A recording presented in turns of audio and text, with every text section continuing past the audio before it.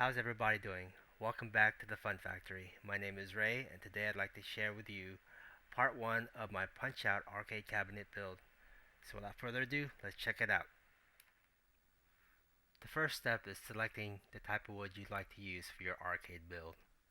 In my case, I decided to go with MDF, so I went to my local Home Depot and I purchased an 8 foot by 4 foot sheet with a 3/4 inch thickness.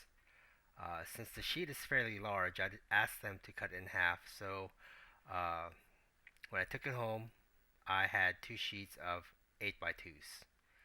So the next step is to try and find an optimal height and position for the control panel.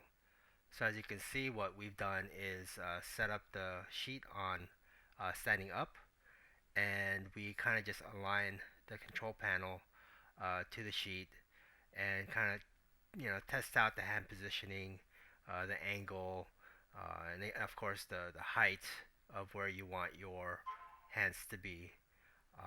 So once you find that initial height, or once you're happy with the height and positioning, then go ahead and use it with the edge of the control panel to draw your initial line.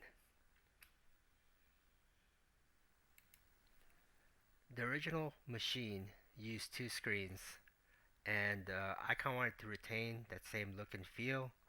So I took two of my 19-inch monitors in a 3:4 ratio configuration and kind of placed it on the sheet of the wood. And basically, the next step is to try and find the position and angle of each screen relative to the control panel. So what we did was we stood the first screen on its side and try to find a good angle that we thought was appropriate for the player, and we drew out the edge. We drew out the line for the edge of the monitor. So basically, we're going to use this as a guideline for how we want to mount each monitor. So as you can see, we're taking the second one. The second one was more vertical in the original, so again, to retain that look and feel, we positioned that screen and we drew our vertical line. The next step was to draw out our lines that would define the edges of the side cabinet.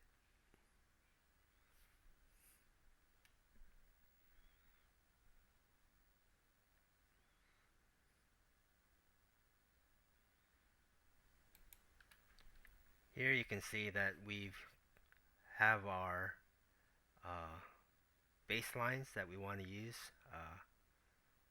as our shape, and that's actually I believe that's the height, and that's the edge that we want to cut along.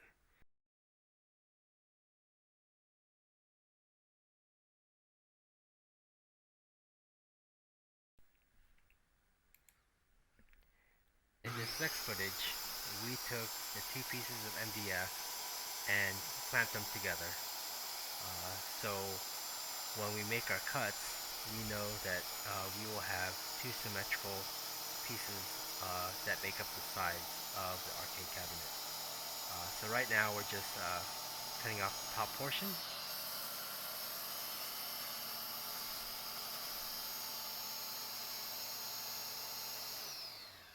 And it's very important that you also support the loose end.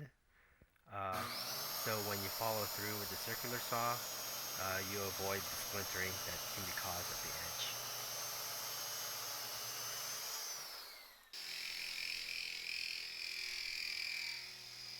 Next, we're going to use our jigsaw and cut along the line that defines the shape of our cabinet.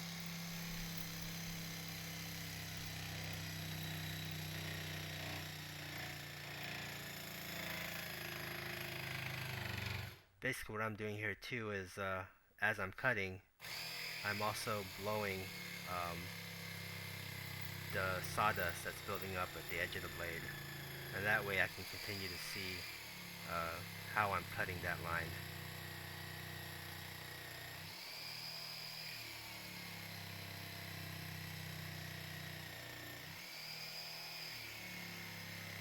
One tip as well is I am actually using a thinner blade for my jigsaw, as it allows me to control the cut as we approach the corners or the curved corners. In this clip, you'll see that we're trying to curve out the corners, or round out the corners with the jigsaw. And it's best to kind of go back and forth, cutting little by little, and making sure you're staying within those lines.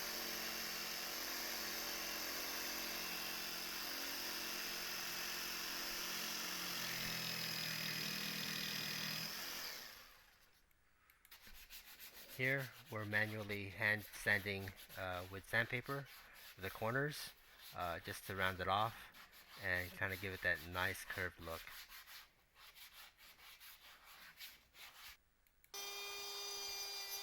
Here I'm using my hand router to make the cuts for the T-molding. I will also provide a description down below as far as what type of router bit I use to make these cuts.